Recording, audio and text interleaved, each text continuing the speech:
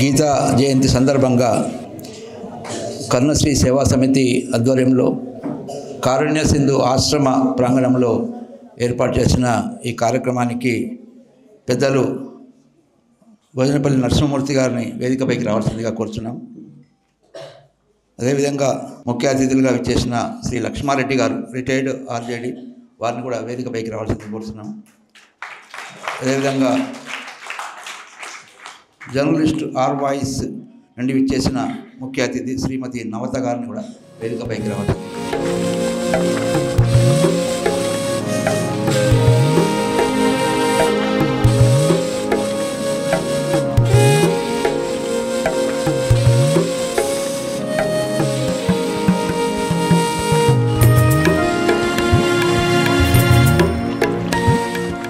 ఇప్పుడు మన ముఖ్య అతిథి శ్రీమతి నవత గారు, ఆర్ వాయిస్ జర్నలిస్ట్ వారిని మాట్లాడుతుంది.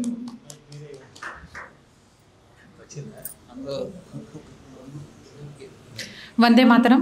పూజ్యశ్రీ స్వామి శ్రీత ప్రజ్ఞానంద సరస్వతి గారికి, అలాగే నరసింహమూర్తి గారికి, ఆచార్యుల గారికి, లక్ష్మారెడ్డి గారికి, వేదిక మీద ఉన్న పెద్దలందరికీ పాదాభివందనాలు, అలాగే వేదిక ముందున్న పెద్దలందరికీ పాదాభివందనాలు. పిల్లలందరికీ కూడా భగవద్గీత జయంతి శుభాకాంక్షలు. భగవద్గీత శ్లోకాలు చదువుతున్నాం, కానీ శ్లోకాలు చదవడం, కంఠస్థం చేయడం కాదు, అందులో ఏముంది అనేది నేర్చుకోవాలి. మనిషిని మహాత్ముని చేస్తుంది భగవద్గీత అని, ఇక్కడ మహర్షిగా మారుస్తుంది అని రాసింది. నిజం. రామరాజ్యం రావాలి అని ఇందాక మీరు అందరు చెప్పారు కదా, ఎందుకు రావాలి రామరాజ్యం తెలుసా కదా? అందరు చెప్తున్నారు రామరాజ్యం రావాలి, రామరాజ్యం రావాలి, నాకు రామరాజ్యం రావాలి. రామరాజ్యమే ఎందుకు కోరుకుంటాము అనంటే, రాముడికి మించిన కొడుకు లేడు, రాముడికి మించిన భర్త లేడు, రాముడికి మించిన సోదరుడు లేడు, రాముడికి మించిన రాజు లేడు. ఒక 2 ఉదాహరణలు చెప్తా, మీకు అర్థమయ్యేలాగా చెప్తా. కైకేయి వరం తీసుకొని కరెక్ట్గా పట్టాభిషేకం అయ్యే టైంకి కుదరదు, రాముడిని అడవికి పంపిమన్నది. అదే మనమైతే ఏమంటాం? నీకు మంచి షాపింగ్కి తీసుకెళ్ళి, లేకపోతే ఏదైనా కొనిస్తా అన్న టైంలో అరే అమ్మొద్దందిరా అంటే ఊరుకుంటామా? గట్లెట్లా నువ్వు మాట ఇచ్చినావు, అమ్మొద్దంటే ఊరుకుంటావా అని ఇంట్లో లొల్లి పెడతాం. కానీ ఆయన గామకు నువ్వు మాటిస్తే నేనెందుకు పోతా అడవులకు, నీ మహారాజును అవుతున్నా, ఈ టైంలో వద్దంటావా అనలేదు. మీరు చెప్పిండ్రు కాబట్టి వెళ్ళిపోతాను నేను అడవులకు 14 సంవత్సరాలు అని ఒక్క మాట మాట్లాడకుండా వెళ్ళిపోయారు. వెళ్ళిపోతే రాముడి తమ్ముడిని రాజ్యాన్ని వేలమని చెప్తే భరతుడిని, లేదు నా అన్నయ్య ఈ రాజ్యానికి ఎప్పటికైనా రాజు అని చెప్పి ఆయన పాదుకలను అక్కడ పెట్టేసి రాజ్యాన్ని పరిపాలించాడే కానీ ఏ రోజు సింహాసనం మీద కూర్చోలే. అన్నదమ్ములంటే అలా ఉండాలి.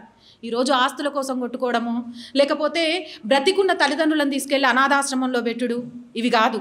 రామాయణాన్ని అందుకే నేర్చుకోవాలి, రామరాజ్యం కోసం అందుకే పరితపించాలి.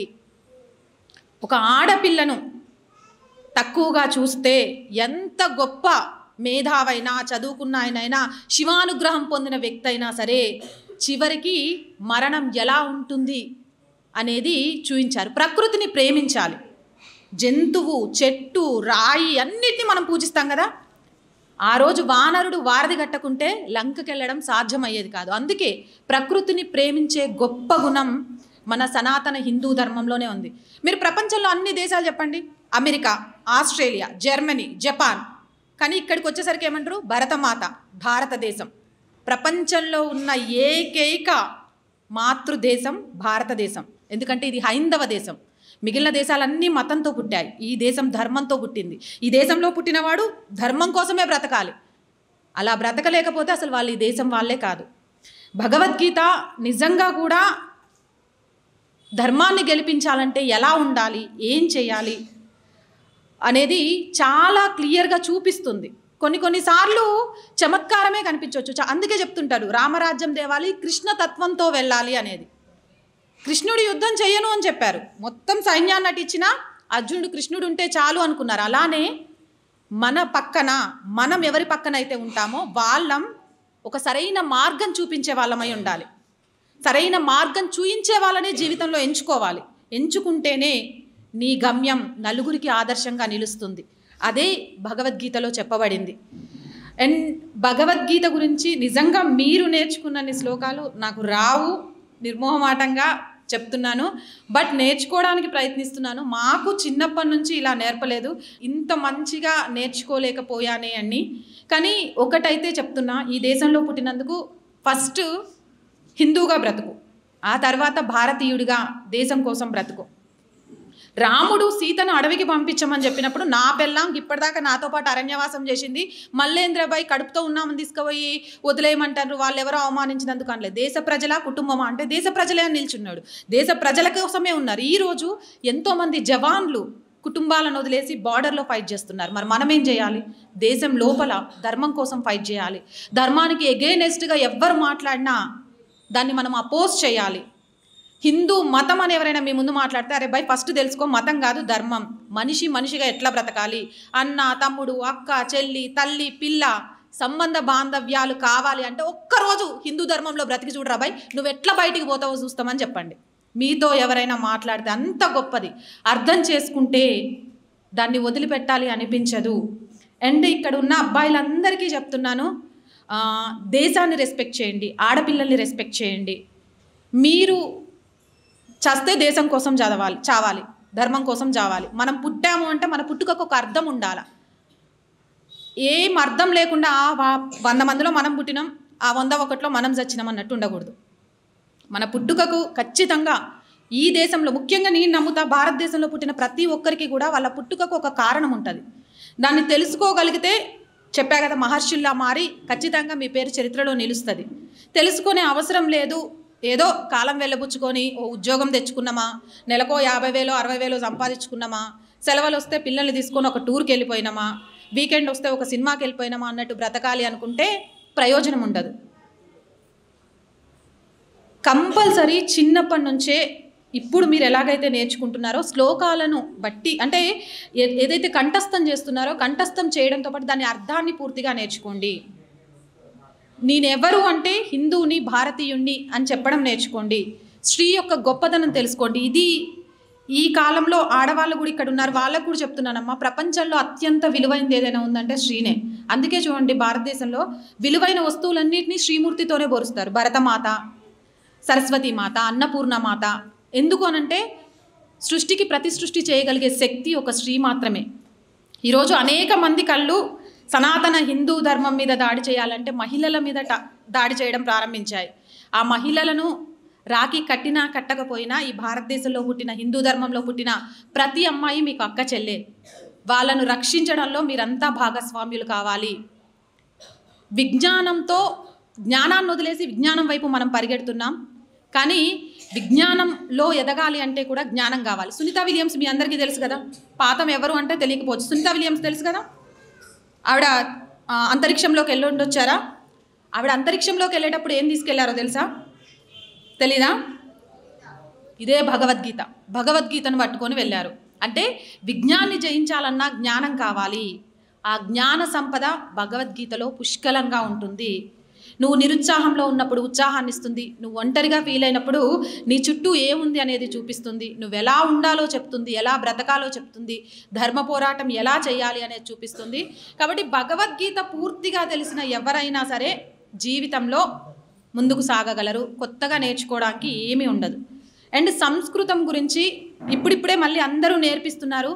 సంస్కృత భాషని నిజంగా కూడా ఆంగ్ల భాష వచ్చేసి మనం పరిగెడుతూ ఉట్టి విదేశాల్లో సంస్కృత భాషను నేర్పిస్తున్నారు. ఇప్పుడు స్కూల్స్లో మళ్ళీ సంస్కృతం నేర్పించడం మొదలుపెట్టారు. ఏ భాషకైనా మూలం సంస్కృతం, అదొకటి గుర్తుపెట్టుకోవాలి. మీరందరూ కూడా త్వరలోనే మళ్ళీ కలిసినప్పుడు లేదా ఎక్కడైనా సరే పలానా భగవద్గీత కాంపిటీషన్స్ జరిగాయన్నా, లేకపోతే ఒక చర్చ జరిగిందన్నా మీరు అందులో కనబడాలి, మంచి మంచి ప్రైజెస్ తీసుకోవాలి. మీకు ఇంతమంది తోడ్పాటుతో మంచి విద్యను, మంచి భవిష్యత్తును అందిస్తున్న గురువులందరికీ కూడా మంచి పేరు తెచ్చే శిష్యులుగా ఉండాలి. ఎందుకంటే తల్లిదండ్రుల కంటే ఎక్కువ మనం రుణపడాల్సింది గురువులకే. ఆ గురువుగారు ఇప్పుడు ఇక్కడే ఉన్నారు, కానీ వారి దగ్గర నేర్చుకున్న వాళ్ళు ఏ పొజిషన్లో ఉన్నారో వాళ్ళు అక్కడే ఉంటారు, మనం మాత్రం వెళ్ళిపోతూనే ఉంటాం. అందుకే అంటాం గురు బ్రహ్మ, గురు విష్ణు, గురుదేవో మహేశ్వర. వారిని ఎప్పుడూ పూజించాలి, రెస్పెక్ట్ చేయాలి. ఎప్పుడైతే మీరు పెద్దవాళ్ళకు రెస్పెక్ట్ ఇస్తారో, మీకంటే చిన్న వాళ్ళకు సహాయం చేస్తారో అప్పుడే మీరు నిజమైన మనిషి. సో ఎక్కువగా ఆడవాళ్లకు, అమ్మాయిలకు ఇవన్నీ చెప్తూ ఉంటారు. నా దృష్టిలో అమ్మాయిల కంటే ఎక్కువ అబ్బాయిలకే చెప్పాలి. అంటే మీకు తెలియదని కాదు, మీకు చెప్తే ఆటోమేటిక్గా స్ట్రాంగ్ సొసైటీ తయారవుతుందని నా నమ్మకం ఎక్కడో. అందుకని చెప్తున్నాను. అండ్ మీకు కూడా అమ్మ, ఆడపిల్లలను సమాజంలో భయపడటం కాదు, భయపెట్టే విధంగా పెంచండి. భయపడకూడదు ఆడపిల్లలు ఎక్కడా కూడా. వాళ్ళకి అదే నేర్పించండి. ఆగిపోమ్మని ఎక్కడా చెప్పకండి. వాళ్ళు ఎంత దూరం పరిగెడితే అంత దూరం పరిగెత్తనివ్వండి. కానీ గాలిపటం పైన ఎగురుతున్న కొసదారం మన చేతిలో ఉంటుంది చూడండి, అట్లా కొంచెం పట్టుకోండి. ఎందుకంటే ఈరోజు సొసైటీ బాగాలేదు కాబట్టి అది కొంచెం వదలకుండా చూసుకొని అమ్మాయిల్ని పట్టుకోండి. ఎందుకు అనంటే రాణి రుద్రమ, ఝాన్సీ లక్ష్మీబాయి, అహల్యాబాయి హోల్కర్ గారు ఇలా ఒకరు కాదు ఇద్దరు కాదు దేశం కోసం ధర్మం కోసం చంటి బిడ్డలను కూడా కట్టుకొని పోరాటం చేసిన వాళ్ళు. వాళ్ళ కథలు పిల్లలకి చెప్పండి. అండ్ పిల్లలతోటి మీరంతా మాట్లాడుతూ ఉండండి. అండ్ మీరు కూడా ఒకరితో ఒకరు ఒక వారం రోజులు మీరు ఏం చేశారు అనేది మీ ఫ్రెండ్స్తో షేర్ చేసుకోండి. అప్పుడు మీరు తప్పు చేశారా ఒప్పు చేశారా వాళ్ళు మీకు చెప్తారు. ఎక్కడైనా మనం డిస్టర్బ్ అవుతున్నా కూడా ఒకరితో షేర్ చేసుకోవడం వల్ల అది తప్పు జరగకుండా ఉంటుంది. అండ్ తల్లిదండ్రులు అయితే పిల్లలకు మీరు మించిన మంచి స్నేహితులు ఎవ్వరు ఉండరమ్మా. నా బెస్ట్ ఫ్రెండ్ అని ఎవరిని తీసుకొచ్చి పరిచయం చేసినా నమ్మకండి. మేమ్రా మీ బెస్ట్ ఫ్రెండ్, ఇంకెవ్వరు కాదు, అలా ఉండలేరు అని వాళ్ళ మీద కొంచెం చూస్తూ ఉండండి. ఎందుకంటే మనం చాలామంది పిల్లలు ఈవెన్ నా చుట్టూ కూడా పిల్లలు ఎలా ఉంటారంటే, నీకు నా మీద నమ్మకం లేదా, ఎందుకు అట్లా 10 సార్లు అడుగుతా. అది నమ్మకం కాదమ్మా. మన పిల్లల మీద మనకు మస్తు నమ్మకం ఉంటుంది, కానీ ఆ భయం కూడా మనకు ఉండాలి. ఆ భయాన్ని జయించే ధైర్యాన్ని ఇవ్వాలి. ఆడపిల్లలంటే పులి పిల్లల్లాగా పెరగాలి. అలాగే అబ్బాయిలు అంటే దేశాన్ని, ధర్మాన్ని, ఈ దేశ వారసత్వాన్ని నిలబెట్టే శ్రీశక్తిని కాపాడే ఛత్రపతి శివాజీ మహారాజుల్లాగా ఉండాలి. అలానే మీరందరూ ఉంటారని మనస్ఫూర్తిగా ఆశిస్తున్నాను. ఈ అవకాశం ఇచ్చిన పెద్దలందరికీ మరొక్కసారి మనస్ఫూర్తిగా నమస్కారాలు. జై శ్రీరామ్, జై శ్రీరామ్. భారత్ మాతా కీ, భారత్ మాతా కీ, భారత్ మాతా కీ. వందే వందే వందే. పూజ్య స్వామీజీ గారు వారి సందేశాన్ని ఇస్తారు. ఓం సర్వోపనిషదో గావో దుగ్ధ గోపాలనందనః పార్థో వత్స సుధీర్భోక్త దుగ్ధం గీతామృతం మహత్. అంటే మొత్తం భారతీయ సనాతన ధర్మం యొక్క సారం, శాస్త్ర మొత్తం సకల సారం ఏదైతే ఉందో అది భగవద్గీత అని చెప్పారు. మరి అలాంటి భగవద్గీత జయంతి ఈరోజు ఇంత గొప్ప పర్వదినం రోజున మీ అందరూ కూడా ఎటువంటి బయట తిరగకుండా ఎంతో శ్రద్ధాభక్తి క్రమశిక్షణతో ఈ కార్యక్రమం మీరు ఉన్నారంటే నిజంగా మీరు ధన్యులు. ఆ యొక్క ఈశ్వర శ్రీకృష్ణ పరమాత్మ కృపకి మీరు పాత్రులు. ఇంతటి గొప్పటి కార్యక్రమాన్ని ఏర్పాటు చేసినటువంటి విశ్వ హిందూ పరిషత్, ముఖ్యంగా కరుణశ్రీ సేవా సమితి, దానికి అధ్యక్షులు నరసింహమూర్తి గారు, అదేవిధంగా ప్రధాన కార్యదర్శి వెంకటేశ్వరరావు గారు, ఆచార్య గారు, అదేవిధంగా మన నవత. చూడండి, ఈరోజు ఈ కార్యక్రమానికి వేదిక పైన మన భారతమాతకి ప్రతిరూపంగా ఆ అమ్మగారు వచ్చారు. ఉదయం కూడా ఒక 2 అమ్మలు వచ్చారు, ఇప్పుడు ఈ అమ్మగారు వచ్చారు. ఎందుకంటే మనం ఏం చెప్తాం, మన సంఘం మన గేయాలు चंदन है इस देश का माटी, तपोभूमि हर ग्राम है, हर बाला देवी की प्रतिमा, बच्चा बच्चा राम है, बच्चा बच्चा राम है. అలాగన్నట్టు మీరందరూ రాముని ప్రతిరూపాలు, సకల ఆ యొక్క స్త్రీమూర్తులందరూ కూడా దేవి ప్రతిరూపాలుగా మనం గౌరవించాలి. ఆత్మౌపమ్యేన సర్వత్ర సమం పశ్యతి యోర్జున, సుఖం వా యది వా దుఃఖం సయోగి పరమో మతః అని చెప్పారు. అంటే దాని అర్థం ఏంటి? భారతదేశంలో పుట్టిన ప్రతి ఒక్కరూ అందరూ కూడా ఆ ఋషులు, యోగులు, ఆ శ్రీరాముడు శ్రీకృష్ణుడి యొక్క వారసులు. ఈ భారతదేశంలో మన పూర్వీకులు, శ్రీరామచంద్రుడు మన పూర్వీకులు, శ్రీకృష్ణుడు మన పూర్వీకులు, వాల్మీకి, వ్యాస మహర్షి మన పూర్వీకులు. అంతే తప్ప శ్రీకృష్ణ పరమాత్మని ఎక్కడో దేవీ దేవతల్లో పెట్టేసి మనం ఎక్కడ ఆయన అక్కడ ఆశీర్వాదాల కోసం వెయిట్ చేయకూడదు. ఇలాంటి ఆశీర్వాదాలతో పనులు కావు. ఆశీర్వాదం వలన తాత్కాలికమైనటువంటి ఉపశమనం ఉంటుంది, లేదని కాదు, కానీ శాశ్వత పరిష్కారం ఉండదు. అలా ఉన్నట్లయితే అర్జునుడికి శ్రీకృష్ణ పరమాత్మ ఆశీర్వాదం ఇచ్చేవాడు, ఆశీస్సులు ఇచ్చేవారు. ఈ జ్ఞానం చేయాల్సిన బోధ చేయాల్సిన అవసరము ఉండేది కాదు. మరి భగవద్గీత ఎందుకు చెప్పారు అంటే భగవద్గీతకి ఆశీర్వాదంకి ఏంటి తేడా?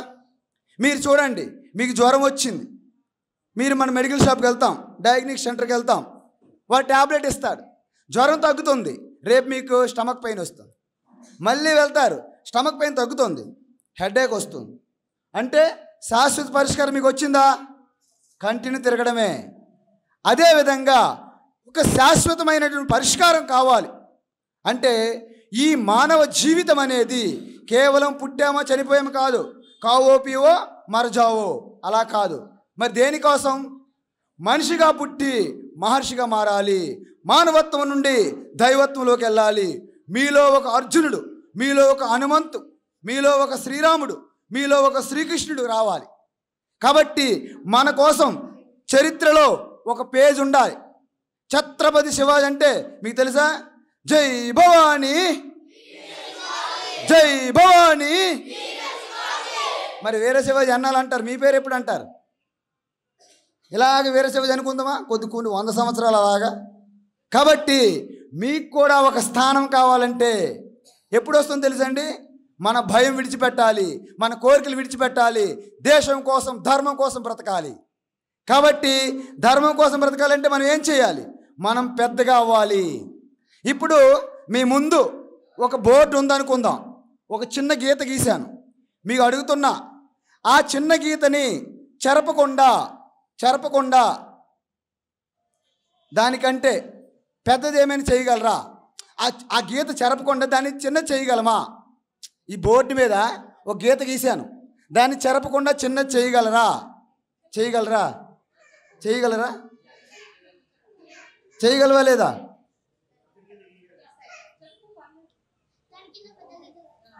దాని పక్కన పెద్ద గీత గీస్తే చిన్న.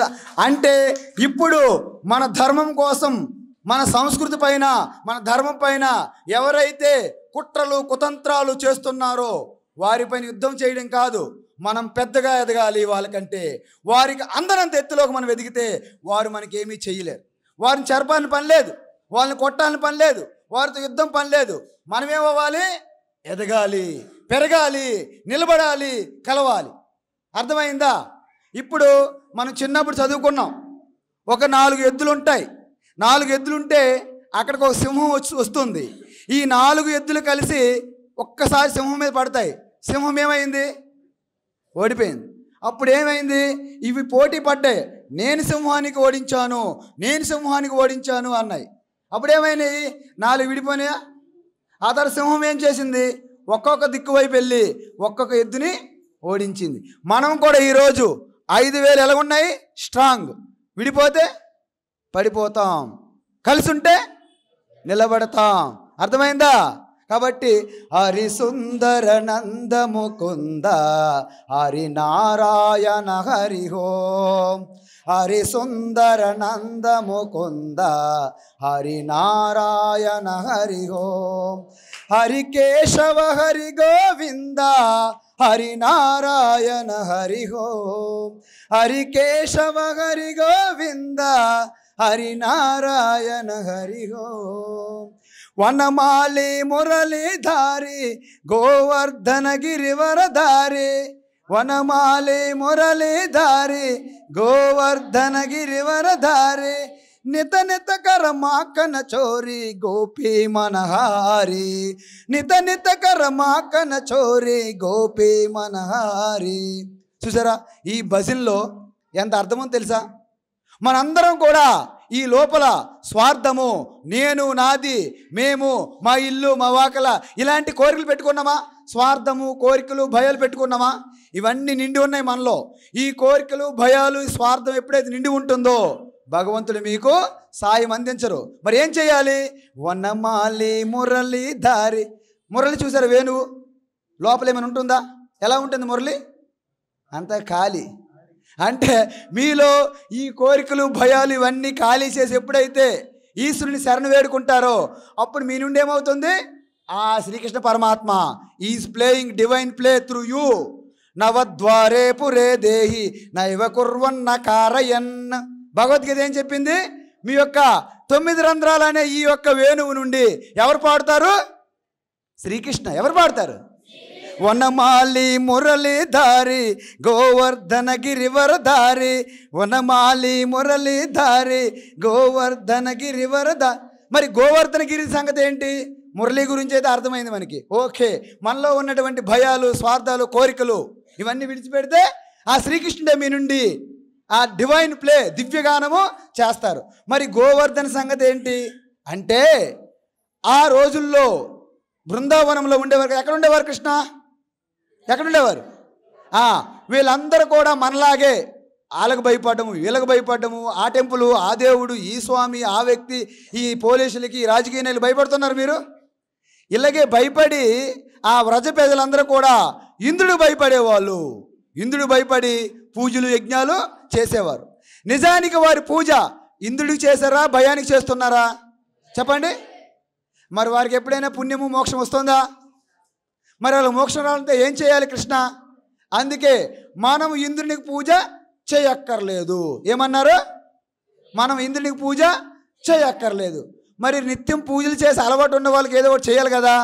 మరి మేము ఎవరికి పూజ చేయాలి అని ప్రశ్నించారు. ప్రశ్నించారా లేదా? అప్పుడు కృష్ణమేమన్నారు? శ్రీకృష్ణ పరమాత్మ, గోవర్ధనగిరికి చేద్దాం. అది గోవర్ధనగిరి, అది కొండ కదా, దానికి ఎందుకు చేయాలి అన్నారు కొంతమంది. అప్పుడేమన్నారు? గోవర్ధనగిరి నుండి మన ఆవులకి గడ్డి వస్తుంది, మనకు ఫలాలు వస్తున్నాయి, మనకు కట్టెలు వస్తున్నాయి, సకలం గోవర్ధనగిరి నుంచి వస్తుందా లేదా? సో గోవర్ధన పూజ చేయడం కరెక్టా కాదా? మరి గోవర్ధన పూజ చేస్తే మీరు భయపడిన అవసరం లేదు కదా, అంటే మీ భయం పోయింది కదా. సో భక్తితో గోవర్ధన పూజ అయిందా లేదా అంటే ఇప్పుడు నిజమైన పూజ అయిందనమాట. ఇంతకుముందు ఎవరు చేశారు? భయానికి చేశారు. ఇప్పుడు ఏం చేశారు? భక్తితో చేశారు. మరి ఇంద్రుడు వచ్చాడు కదా, అప్పుడు ఏం చేశారు? వనమాలి మురళీధారి గోవర్ధన గిరివరధారి. మరి ఆ గోవర్ధన గిరే కదా ఇంద్రుడి నుంచి కాపాడింది. కృష్ణ పరమాత్మ ఆపాడా లేదా? మరి మూడోది ఏంటి? నిత నిత కరమాకన చోరి గోపీ మనహారి, నిత నిత కరమాకన చోరి గోపీ మన. ఈ గోపికల యొక్క మనస్సు హరించాడు కదా. దాని అర్థం ఏంటి అంటే, మన మనస్సు ఉంది కదా, మన మనస్సు అనేది పాలుతో సమానము. మన మనస్సు ఏంటమ్మా? ఈ ప్రపంచం అంతా ఏంటి తెలుసా? నీటితో సమానం. పాలు నీళ్ళు కలిసిపోతే లేదా? పాలు నీళ్ళు కలుస్తాయి లేదా? అందుకే మనందరం వెళ్ళి సమాజంలోనూ, ఫోన్లోను, సెల్ ఫోన్లోను, సోషల్ మీడియాలో కలిసిపోతారా లేదు మీరు? ఎందుకు? మీరంతా పాలు, మనసు.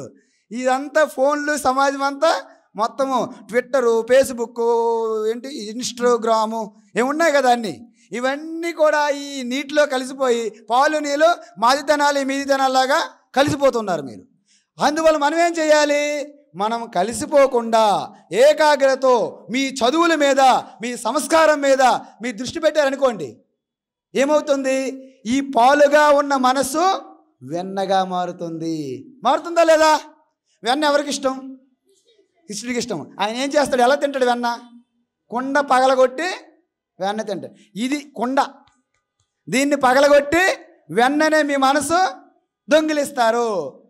నిత నిత కరమాకన చోరి గోపీ మనహారి, నిత నిత కరమాకన చోరి గోపీ మనహారి, హరి సుందర నందముకుంద హరి నారాయణ హరిహో.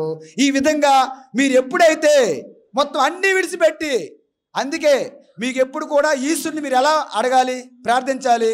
మీకు చిన్న కథ చెప్తా. నామదేవ్ ఉన్నారు, చాలా గొప్ప మహాత్ములు. ఆయన రోజు విఠ్ఠల భగవాన్ని పూజ చేసేవాళ్ళు. అమ్మ నాన్న చేస్తుంటే ప్రతిరోజు పూజ చేసి మనకేమొస్తుంది తర్వాత?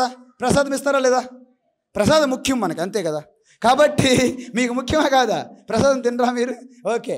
అయితే ఒకరోజు వారి అమ్మా నాన్న వేరే ప్రయాణంలో ఉన్నారు కాబట్టి ప్రాతకాలం ప్రయాణం కదా. అప్పుడు ఏం చెప్పారు? నాయన ఈరోజు పూజ నువ్వే చెయ్యి, ప్రసాదం అక్కడ పెట్టు, భగవాన్ ప్రసాదం నైవేద్యం పెట్టిన తర్వాత కొంచెం ప్రసాదం తీసుకొని రా, ఓకేనా? అయితే ఎప్పుడైతే నామదేవ్ వెళ్ళి పూజ చేశారు, అక్కడ ప్రసాదం పెట్టారు, ఆయన ఏమనుకుంటున్నారు? భగవాన్ వచ్చి నైవేద్యం తినాలి, అంతే. ఆయన వెయిట్ చేస్తున్నారు, ఎప్పటికీ భగవాన్ రావట్లేదు. అలాగా రాకపోయేసరికి టైం అవుతుంది, ఏడుస్తున్నాడు. నువ్వు వచ్చి తింటే తప్ప నేను వెళ్ళను అని ఏడ్చాడు. అప్పుడు విఠల భగవాన్ వచ్చారు. అలాగా వచ్చి ప్రసాదం పూర్తి తినేశారు.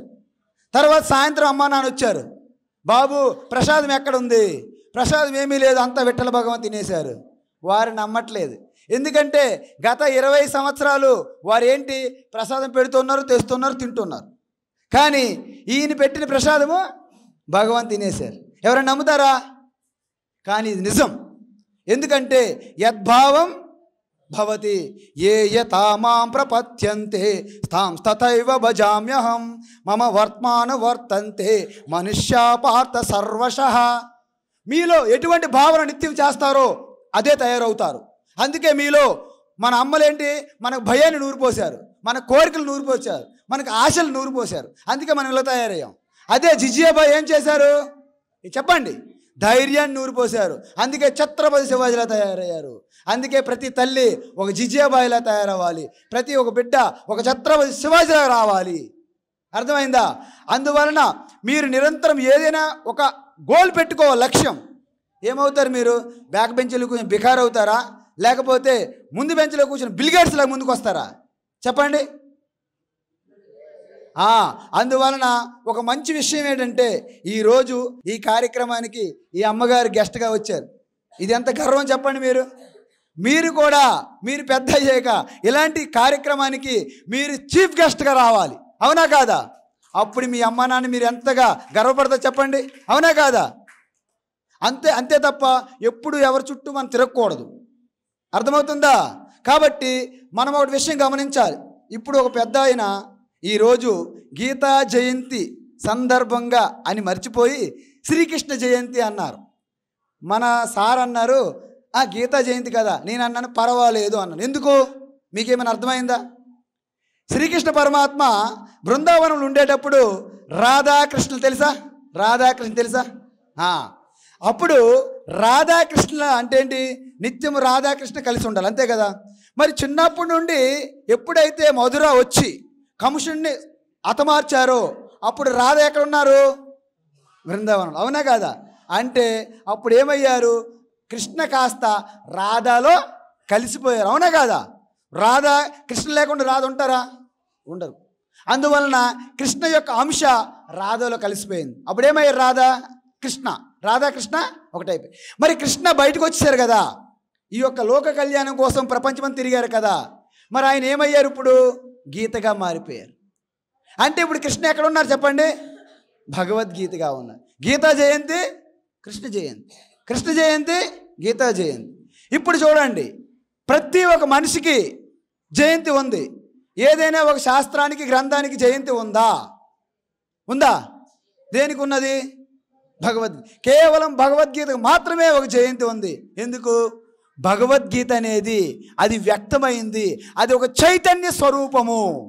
అందుకే భగవద్గీత ఒక్క శ్లోకం గాంధీ గారికి ఎటువంటి సమస్యకు పరిష్కారం తెలియకపోయినా ఇక నిశ్శబ్దంగా మౌనంగా భగవద్గీతలుగా తెరిచిన వెంటనే ఏ శ్లోకమైనా సరే ఆయనకి పరిష్కారం వచ్చిందని చెప్పారు. ఆయనకు వచ్చిందో లేదో మనకు తెలియదు, మనకు కావాలంటే మీరు ఇప్పుడు కూడా భగవద్గీత మీరు పూర్తిగా శ్రద్ధాభక్తితో మీరు చదవండి, మీ పరిష్కారం వస్తుంది. ఎందుకు? భగవద్గీత అనేది మీ యొక్క జీవితంలో మీరు మానవత్వం నుండి దైవత్వంగా మారడానికి ఏకైక సాధనం ఒక భగవద్గీత. చూడండి, మనకేదైనా అనారోగ్యం వచ్చిందనుకోండి, మనకేం కావాలి? మెడిసిన్ కావాలా? మరి ఈ సంసారం అనే రోగానికి ఏకైక ఔషధం ఏంటది? భగవద్గీత. మనం ఏదైనా ఆట వస్తువు కానీ, సెల్ ఫోన్ కానీ, ఫ్రిడ్జ్, రిఫ్రిజిరేటర్, టీవీ, రేడియో అవి ఎలా వాడాలి? మనకేం కావాలి? మాన్యువల్ బుక్ ఇస్తారా? మనం ఎవరూ చదవట్లేదు కానీ మాన్యువల్ బుక్ వస్తుంది. కానీ మరి ఇంత ఇన్స్ట్రుమెంట్ వచ్చింది కదా, మరి దీన్ని ఎలా వాడాలంటే ఏది మాన్యువల్ చెప్పండి? మాన్యువల్ ఏంటి? భగవద్గీత. కాబట్టి భగవద్గీత అనేది మీకు 3 రకాలుగా పనిచేస్తుంది. కేవలము ఏదో మత గ్రంథం అన్నారు వీళ్ళు, అంటే ఎవరు అంటున్నారు బయట చెప్పారు మన వాళ్ళు, ఇది మత గ్రంథం కాదు. ఎందుకంటే ఎక్కడైతే మతం ఉంటుందో అక్కడ సంకుచిత భావం ఉంటుంది, అక్కడ హద్దులు ఉంటాయి, అక్కడ కండిషన్స్ ఉంటాయి, అక్కడ సంఘర్షణలు ఉంటాయి. కానీ ధర్మం కాబట్టి మానవాళికి సర్వ మానవాళి సమ్మతమే ఈ భగవద్గీత. అందుకే భగవద్గీత జ్ఞానంకి ఎప్పుడు కూడా అవుట్డేట్ లేదు. ఇప్పుడు చూడండి, మనకు సెల్ ఫోన్ వచ్చిందనుకోండి, 2 నెలల తర్వాత ఏమవుతుంది? పనిచేయదు, కొత్త వెర్షన్ అవుట్డేట్ డౌన్లోడ్ చేసుకోవాలి. కానీ భగవద్గీత మరి ఏమైనా అవుతుందా? భగవద్గీత ఎన్ని సంవత్సరాలు తెలుసా చెప్పండి? 5500 సంవత్సరాలు పైగా అయింది. కానీ ఎప్పటికి కూడా నిత్య నూతనం, యవ్వనం. మౌనం వ్యాఖ్యా ప్రకటిత పరబ్రహ్మతత్వం యువానం వర్షిష్టాంతేవ సదృశి గణై ఆవృతం బ్రహ్మనిష్టై ఆచార్యేంద్రం కరకలిత చిన్ముద్రమానందరూపం స్వాత్మారామం ముదితవదనం దక్షిణామూర్తి మేడే కృష్ణం వందే జగద్గురుం. కాబట్టి ఈ జ్ఞానం అంటే మీకు అనువుగా, సరళంగా, స్పష్టంగా, సులభంగా అర్థమయ్యే రీతిలో చదవడానికి ఇనుసొంపుగా ఉండేది, చాలా సులభం, సింపుల్గా ఉండే విధంగా ఈ భగవద్గీత పొందుపరచడం జరిగింది. కాబట్టి మీ అందరికీ ఈ యొక్క భగవద్గీత బుక్స్ ఇవ్వడం జరుగుతుంది. కాబట్టి మీరు శ్రద్ధాభక్తితో ఈ భగవద్గీత ప్రతిరోజు రోజుకొక శ్లోకం చదవండి. లేచిన వెంటనే మీ అమ్మా నాన్నలకు నమస్కరించండి, ఇక్కడ గురువులకు నమస్కారం పెట్టండి, పెద్దవాళ్ళకి నమస్కరించండి, చిన్నవాళ్ళకి ప్రేమించండి. అమ్మగారు చెప్పారు, మీలో ఒకరికొకరు అంతా ఒకే తల్లి బిడ్డల్లా ఉండాలి. ఎందుకంటే ఈ కారుణ్య సేవా సమితి ఏదైతే ఉందో ఇది మన ఇల్లు, ఈ భారతదేశం మన ఇల్లు. ప్రతి అణువు కూడా తపస్సు యోగులతో ఉన్నది. ఆ శ్రీకృష్ణ యొక్క కృపా కటాక్షం మీ అందరికీ పుష్కలంగా ఉన్నాయి. సూర్యుని యొక్క కిరణాలు ఎవరి మీద పడతాయి చెప్పండి? కొంతమంది మీద పడతాయి, అందరి మీద పడతాయా చెప్పండి? కాబట్టి మీరెప్పుడైతే ప్రయత్నం చేస్తారో అప్పుడే ఈశ్వరుడు యొక్క కృప మీకు ఉంటుంది. యత్ర యోగీశ్వర కృష్ణో యత్ర పార్థో ధనుర్ధరః తత్ర శ్రీర్విజయో భూతి ధ్రువాణి తిర్మతిర్మమ.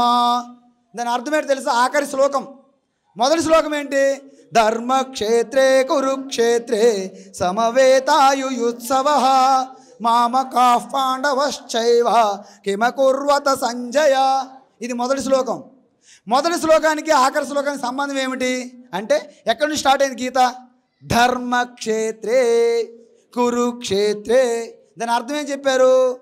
క్షేత్రే క్షేత్రే ధర్మం కురు. ధర్మంతో స్టార్ట్ అయింది కదా, ఎండింగ్ ఇదేంతో అయింది భగవద్గీత? మతి మమ అంటే మమ ధర్మం గురించి చెప్తున్నదే భగవద్గీత. భగవద్గీత ఏం చెప్తుంది? నా ధర్మం గురించి చెప్తుంది. మీ ధర్మం ఏంటి? ఏంటి మీ ధర్మం ఏంటి? మీ ధర్మం ఏంటి?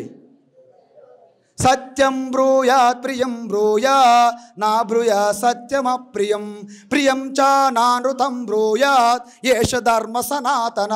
సనాతన ధర్మం ఏంటి? సత్యం చెప్పాలి. మనం ప్రాణం పోయినా ప్రాణ జయే పర్ వచన్ న జాయే. అర్థమైందా? ఎవరు చెప్పారు? ఎవరు చెప్పారు?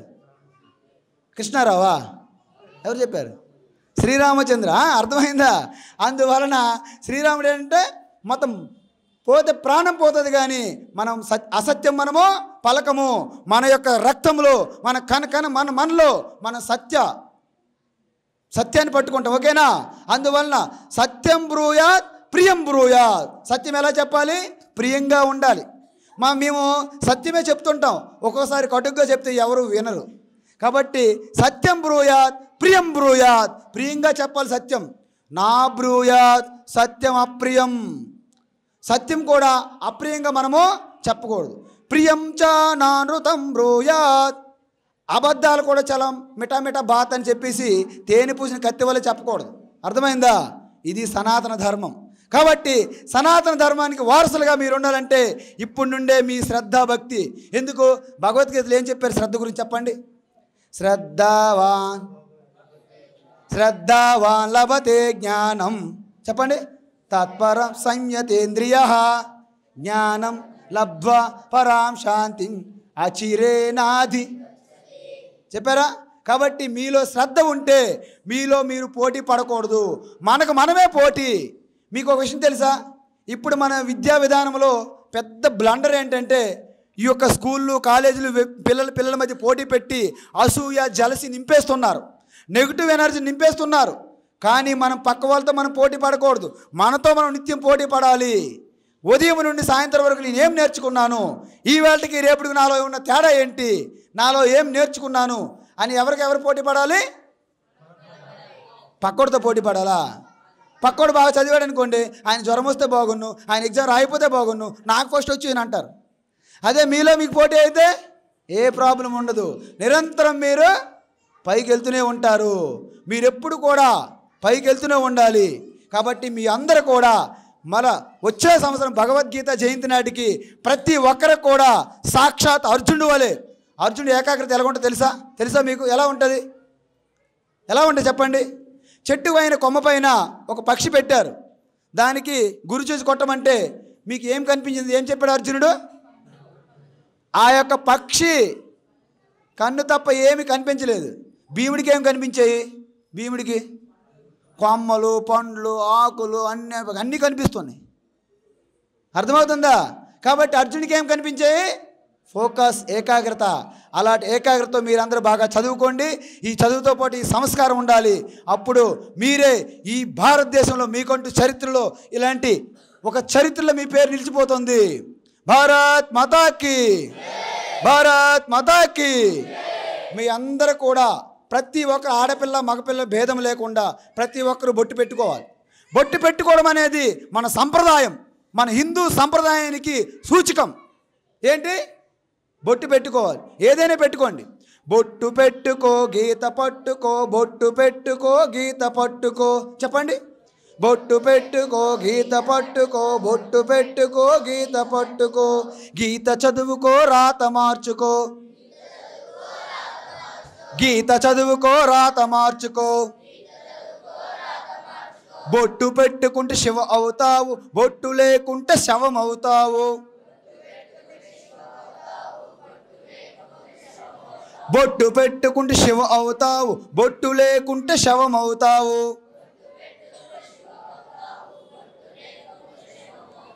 గీత చదివితే ఋషి అవుతావు, గీత లేకుంటే మసి అవుతావు. ఇప్పుడు మీరు చెప్పండి, బొట్టు పెట్టుకుంటారా బొట్టు పెట్టుకోరా? బొట్టు పెట్టుకుంటే ఏమవుతారు? శివోహం. బొట్టు పెట్టుకోపోతే శవం. గీత చదవకపోతే ఇంతకీ మీరు ఋషి అవుతారా మసి అవుతారా? అర్థమవుతుందా? కృష్ణం వందే జగద్గురుం, వందే కృష్ణం జగద్గురుం, సత్యం శివం సుందరం, హిందువులంతా బంధువులం.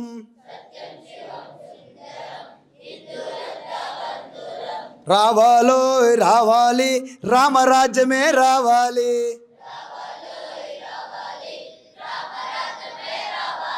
కావాలో కావాలి, గీతా జ్ఞానం కావాలి. కాబట్టి ధర్మం కోసం పోరాటం, శాంతి కోసమే ఆరాటం. ధర్మం కోసం పోరాటం, శాంతి కోసమే ఆరాటం. స్వామీజీ, ధర్మం కోసం పోరాటం అంతే, మరి అహింస పరమో ధర్మ, మరి అహింస పరమధర్మం అంటారు, ధర్మం కోసం పోరాటం అంటారు. ఇది ఎలా సాధ్యమని మీకు అనిపిస్తుంది ఎవరికైనా? అందువలన మన ధర్మంలో ఏం చెప్పారు? అహింస పరమో ధర్మ, ధర్మహింస తథైవచ. విన్నారు ఎవరైనా? అందువలన భగవద్గీత ఇంత చెప్పినప్పటికీ మహాభారత యుద్ధం జరిగిందా లేదా? అంటే ధర్మం కోసం. పరిత్రాణాయ సాధూనా వినాశాయ చ దుష్కృత ధర్మ సంస్థాపనార్థాయ సంభవామి యుగే. చెప్పారా? యస్య నాహంకృతో భావః బుద్ధిర్యస్య న లిప్యతే అత్వాపి సయమా లోకా నహంతి న నిబధ్యతే. విన్నారా? కాబట్టి ఎత్ర యోగేశ్వర కృష్ణో ఎత్ర పారుదంటే ఈ శ్రీకృష్ణ అర్జునులు ఎక్కడో కురుక్షేత్రంలో ఉన్నారు అనుకోకూడదు. మనలోనే కృష్ణ అర్జునులు ఉన్నారు. అని ఎలా ఉన్నారు? ఎవరైతే ప్రయత్నిస్తామని ముందుకు వస్తారో వాళ్ళు అర్జునుడు. వెనక వివేకమైన బుద్ధి ఆ యొక్క చైతన్య స్వరూపమే కృష్ణ. అందుకే మనం ఎవరమైతే ప్రయత్నం ప్రారంభిస్తామో వారికే ఈశ్వరుని యొక్క ఆశీర్వాదం ఉంటుంది, ప్రయత్నించిన వాళ్ళకి ఉండదు. కాబట్టి మీరందరూ కూడా బాగా క్రమశిక్షణతో, మంచి డిసిప్లిన్గా ఉండి, కమిట్మెంట్తో, డెడికేషన్తో మీరు బాగా చదవండి. మీరు మిగతా పిల్లలందరికీ కూడా రోల్ మోడల్గా తయారవ్వాలి. మీ నుండి స్ఫూర్తి, ఇన్స్పిరేషన్ కావాలి. ఉంటారా లేదా? మీరందరూ కూడా ఈరోజు ప్రతిజ్ఞ చేసుకోండి. వచ్చే భగవద్గీత జయంతి మళ్ళీ వస్తాం, అప్పుడు మిమ్మల్ని చూస్తాం. మీలో చాలా మార్పు రావాలి. మిమ్మల్ని చూసి మన వాళ్ళందరూ పెద్దలందరూ గర్వపడాలి. అర్థమవుతుందా? బోలో భారత్ మాతాకి జై శ్రీరామ్, జై జై శ్రీరామ్, వందే వందే. శుభం భూయాత్. లోకా సమస్త సుఖినో భవంతు.